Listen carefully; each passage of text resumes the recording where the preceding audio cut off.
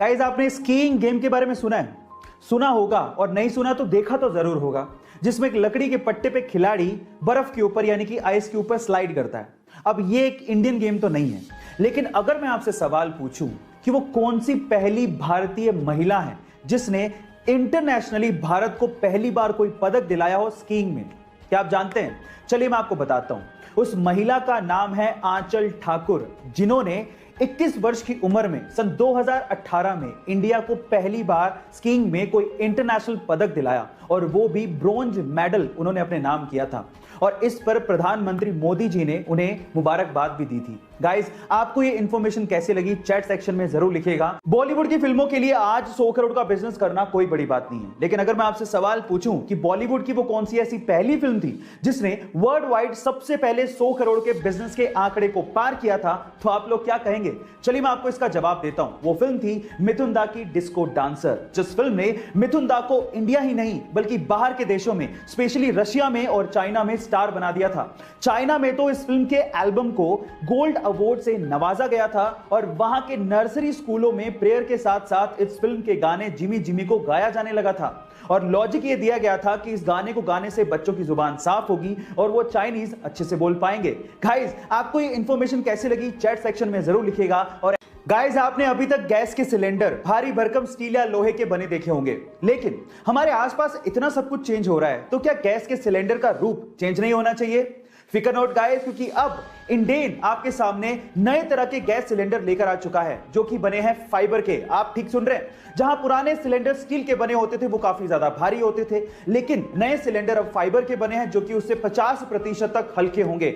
मजे की बात यह है कि उनका कुछ हिस्सा पारदर्शी होगा, जिसके थ्रू आप आसानी से गैस के लेवल का पता कर सकते हैं कि उसमें कितनी गैस बची है।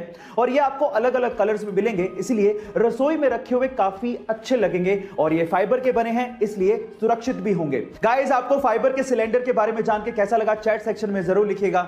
धूम्रपान स्वास्थ्य के लिए बहुत ज्यादा हानिकारक होता है, इससे आपको कैंसर भी हो सकता है, लेकिन प्रॉब्लम तब आ जाती है जब इसकी लत लग जाती है और फिर छूटती नहीं है।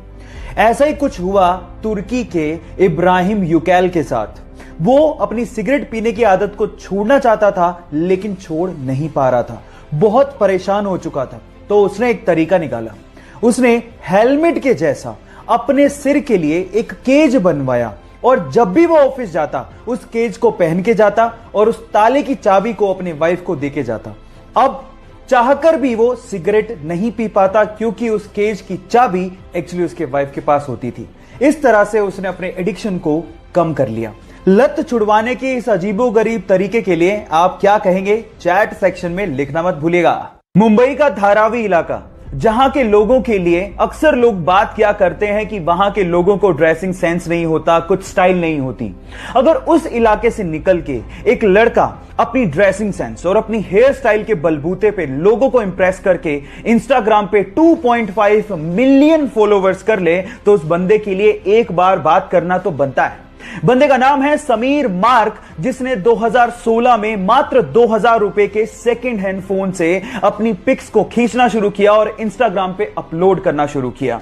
अपने नाम के पीछे मार्क इसलिए लगाया क्योंकि वो बंदा चाहता था कि एक दिन वो अपनी हेयर स्टाइल और अपनी ड्रेसिंग सेंस का मार्क दुनिया पे छोड़े, और उसने वो करके दिखा दिया। तो उस बंदे के लिए एक लाइक तो बनता है।